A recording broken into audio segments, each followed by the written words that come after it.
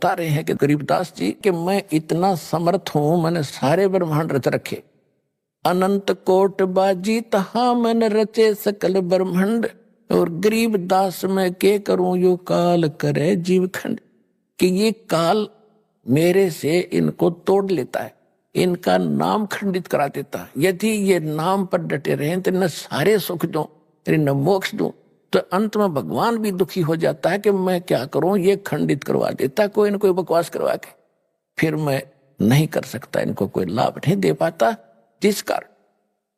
इनको अविश्वास हो जाता है, फिर ये मुझसे दूर चले जाते हैं और फिर तो सदा दुखी रहना ही रहना है इनको, मेरे से दूर होकर के फिर सुख कैसा। तो पुण्यात्माओं, सबसे बड़ा काल ने अब ये जाल फैला रखा है कि आपका नाम खंडित करा देता है, फिर आप पर आपत्ति आनी है, से नाम भी ले रखा है, फिर अविश्वास हो जाता, वहां भी गया था, मुझे कोई लाभ नहीं मिला, चलो कहीं और धक्के खा ले, तो फिर तो धक्के ही धक्के यहां से जाने के बाद। लेकिन इस ज्ञान के बाद आपको ऐसा विश्वास हो जाएगा जैसे काग जहाज का, फिर सूझ जाए और डठोर। तो दास आपको पहले ज्ञान कराता है, फिर आपको नाम देता है, और फिर आपको समाधान भी देता है, फिर आपका मोक्ष ऐसे होगा।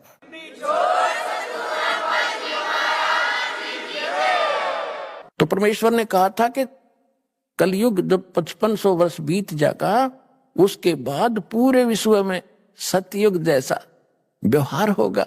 सतयुग जैसे विचार होंगे, और पूरी सृष्टि पूरा विश्व नाम लेगा मेरा, और मेरे बच्चों को फिर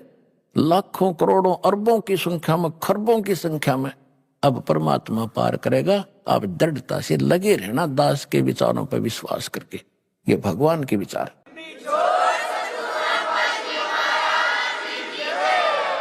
तो पुण्यात्माओं, ये ज्ञान देने के लिए परमात्मा स्वयं आते हैं, और वो एक अच्छी आत्माओं को मिलते हैं, और वो ही ज्ञान वो 600 वर्ष पहले बता कर गए थे, और आज हमारे सदग्रंथों में ज्यों का त्यों विद्वान पाया। और जिनको हम विद्वान मानते थे वो सारे डल व्यक्ति थे, डफर थे, उनको कह ख का पता नहीं था, जो हमें इतने दिन लेट कर दिया। अब किसी की बातों में नहीं आना, प्रत्यक्ष देखो ज्ञान को, प्रमाण देख करके, और फिर अपना कल्याण कराओ, अपने बच्चों का कल्याण कराओ।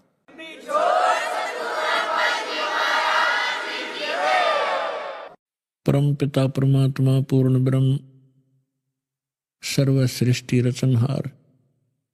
कुल के मालिक, सभी आत्माओं के जनक,